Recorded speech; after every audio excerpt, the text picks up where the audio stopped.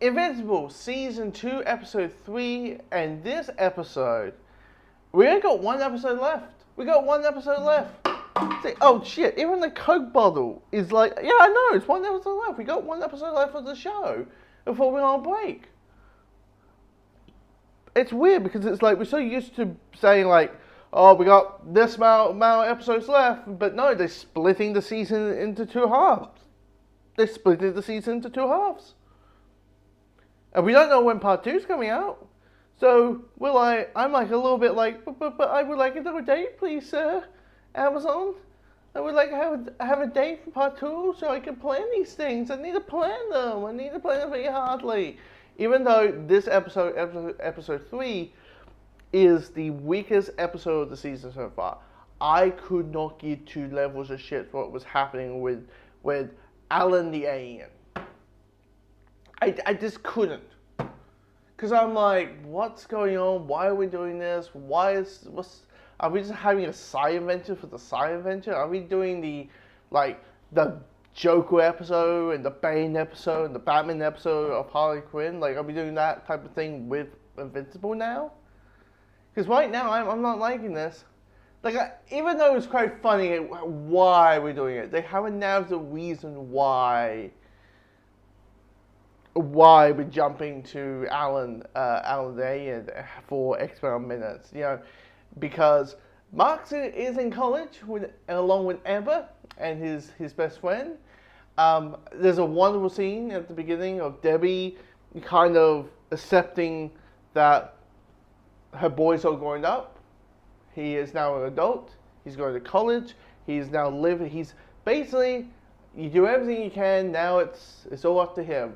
He's on his own now. Well, not fully on his own, but you know what I mean, fully on his own. And he's making his life. Yeah, Mark is making. He's jumping into college, and he's experiencing day 1 of college, which is basically set things up. Basically put things on a table, set up your room, do this, do that, learning about the sock thing, about like if the sock's on the handle, you don't enter the room because your roommate's doing a little bit of bounce around,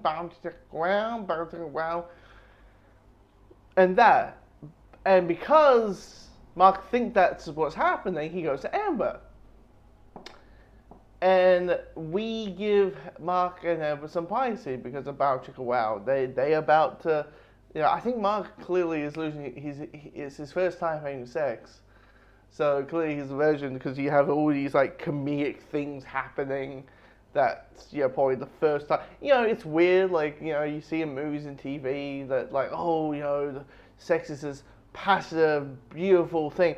Probably realistically, it's probably very, very damn messy. Definitely when you're like a brand, you're a Wookiee into the field. Yeah, you're a Wookiee. You're like, okay, time to take my shirt off. Okay, okay, and it's in my. Okay, I'm having a headlock on my shirt. I need to take off my shirt. Okay, or you're trying to figure out where do I put the hands there? Out my arms. Yeah, for us guys, we have to be like, ow, my arms. Because we have to use our body weight for certain things. Anyway, but because of it, we got a narration saying, okay, let's leave these guys. Let them have their private moment. Let them, let Mark and Amber, have some privacy. I'm like, you know what? I expect that show. I expect it. Even though there's a very comedic moment where it's like, Alan the alien has a girlfriend and he's about to have sex, so they're like, and then the narration is like saying, oh, well, time to go back. Well, we'll leave these guys to it. Time to go back to Mark and Amber. How things going? Oh shit, they're still at it. Seriously, wow, too bad. Jesus, okay, better jump. Oh no. We have to jump back to Alan here, and he's going on. He has a cat. Look at the cat, guys. Look at the cat. He has one eye. Pay attention to the cat. Ignore the noises. He's enjoying the cat. Anyway, enough sex talk for it. But the episode at hand, when we're on Alan, I just thought like, what's the point of this? I mean, even though the sex stuff was kind of funny,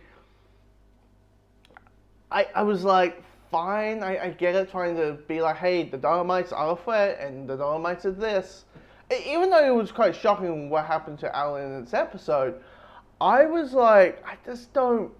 Even though the person who's voicing Alan's girlfriend, Alan's partner, the voice, I was like, who's voicing her here? Who's voicing her? Because she sounds familiar. That was driving me insane. Even though I know like Optimus Prime was voicing the head of this thing, you know. But everything else outside the Alan stuff was just like 15 minutes. I was like, ugh. And then you make a little joke about like credits and all that, which I was like, okay, that's funny. I didn't thought literally the episode ended. I did. I was like, oh no. We got another half hour episode to go. But except the Alan stuff, which is 15 minutes of the episode, I quite enjoyed the whole rest of the episode. You know, Cole's life aside, I really enjoyed the storyline we have with Debbie. You know, Debbie goes to a secret AA meeting where spouses from superheroes that have passed talk about their characters, talk about their life with that hero, and the struggles and the dislikes and what they like and what they dislike about that person.